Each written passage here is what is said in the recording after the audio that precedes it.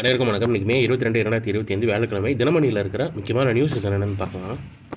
Headlines வந்து கொஞ்சம் பேசிக் political general newses தான்.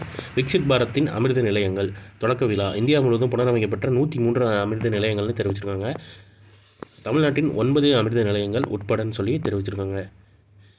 இந்த நிலையங்கள் சிட்டி சென்டர் போன்று ரூஃப் பிளாசா, ஃபுட் கோர்ட், சிறுவர்கள் விளையாட்டு பகுதி போன்ற வசதிகளுடன் கட்டமைக்கப்பட்டுள்ளது. இந்த நிலையங்களின் தனித்தனி உள்நுழையும் மற்றும் வெளியேறும் வாசல்கள், பன்னடுக்கு வாகன நிறுத்தப் பகுதி, மின் தூக்கி, மின் உயர்த்தி, எக்ஸிக்யூட்டிவ் லாஞ்ச், காத்திருப்பு பகுதி, டிராவலேட்டர் மற்றும் மாற்றுத்திறனாளிகளுக்கான தோழமை வசதிகள்.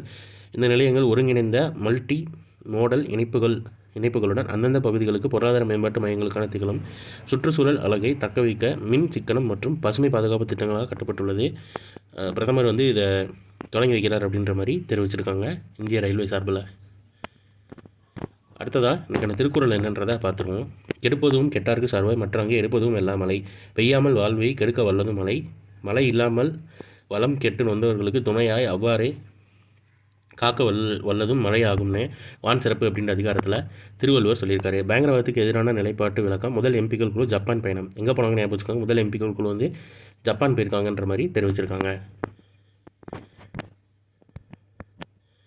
அடுத்ததாக இலங்கையின் புதிய தூதராக கொலன்னே விரைவில் பொறுப்பேற்பு. இந்தியாவுக்கான இலங்கை புதிய தூதராக அண்மையில் அந்நாட்டு அதிபரால் நியமிக்கப்பட்ட PM கொலன்னே ஓரிரு தினங்களில் தில்லியில் பொறுப்பேற்க உள்ளதாக தகவல்கள் தெரிவிக்கின்றன சொல்லி தெரிவிச்சிருக்காங்க.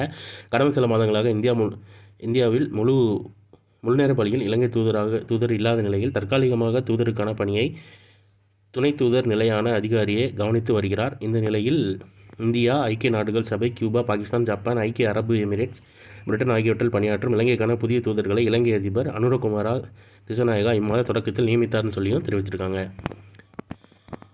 அடுத்ததாக குஜராத்தில் வந்து ஆசிய சிங்கங்களின் எண்ணிக்கை அதிகரிப்புன்னு தெரிவிச்சிருக்காங்க. குஜராத்தில் கடந்த 5 ஆண்டுகளில் ஆசிய சிங்கங்களின் எண்ணிக்கை 677 891 அதிகரித்துள்ளது. அண்மையில் நடத்தப்பட்ட சிங்கங்களின் எண்ணிக்கை தொடர்பான கணக்கெடுப்பில் இது தெரிய வந்ததாக அந்த மாநில அரசு அதிகாரிகள் தெரிவித்தனர் அப்படின்னு சொல்லி தெரிவிச்சிருக்காங்க.